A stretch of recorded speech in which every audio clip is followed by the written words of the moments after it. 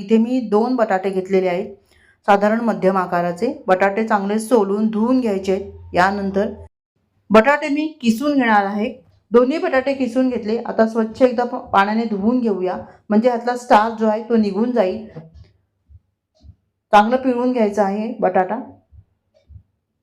आणि आता आपण ह्याला मिक्सरच्या भांड्यात घालून बारीक करणार आहोत.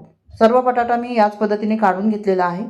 यानंतर यामध्ये अर्धा कप मी रवा घातलेला आहे. रवा जाड किंवा बारीक कुठलाही चालू शकेल. 2 हिरवी मिरची मी ह्याच्यामध्ये घालते. जर तुम्ही लहान मुलांसाठी तयार करणार असाल तर मिरची स्किप केली तरी चालेल. 1 इंच आल्याचे तुकडे घातलेले आहेत आणि अर्धा कप पाणी घालून मी पहिलं फिरवून घेते आहे 1-2 वेळा.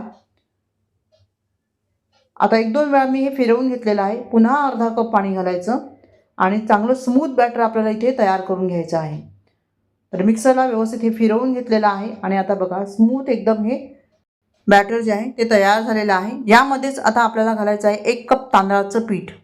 तांदळाच्या पिठामुळे कुरकुरीतपणा येतो आणि हे सगळं व्यवस्थित आपल्याला एकजीव करून घ्यायचं आहे. एकजीव झाल्यानंतर चांगलं ह्याला फेटून घ्यायचं आहे 2 ते 3 मिनटं. फेटून झाल्यानंतर पुन्हा आपल्याला ह्यामध्ये पाणी घालायचं आहे.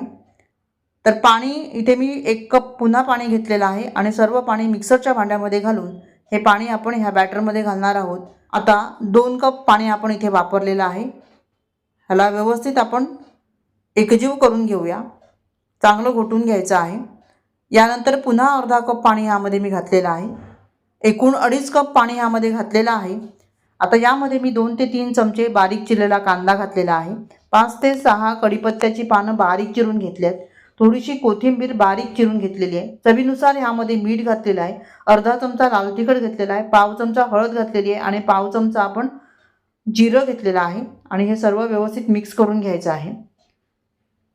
आता हे लाल तिखट जे आहे ते काश्मीरी रेड चिली पावडर आहे, त्यामुळे ती तिखट नाही आहे. जर तुम्ही लहान मुलांसाठी करत असाल तर तिखटाचं प्रमाण तुम्ही तुमच्या हिशोबाने इथे तयार करून घ्या. इथे मी बिडाचा तवा घेतलेला आहे. त्यावर तेल घालून घेते आणि तेल सुरुवातीला आपल्याला जास्त घालायचं आहे, नंतर तुम्ही कमी वापरलं तरी चालेल. धिरड तयार करू.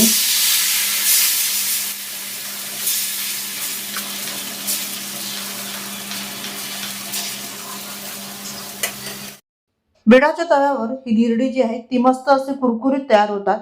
तुम्ही ह्याला चटणीसोबत खाऊ शकता किंवा मग चहासोबतही आम्ही ह्याला खातो. मस्त लागतात ही धिरडी. पटापट तयार होतात. घरच्याच साहित्यात झटपट नाश्ता तयार होतो. तर इथे बघा किती मस्त असं हे कुरकुरीत धिरडं तयार झालेलं आहे. पिठामध्ये पाण्याचं प्रमाण जे आहे मी 3 ते 3.25 कप पाणी वापरलेलं आहे आणि ह्याला जाळी बघा किती छान पडलेली आहे. रेसिपी आवडली तर लाईक आणि कमेंट करायला मात्र विसरू नका.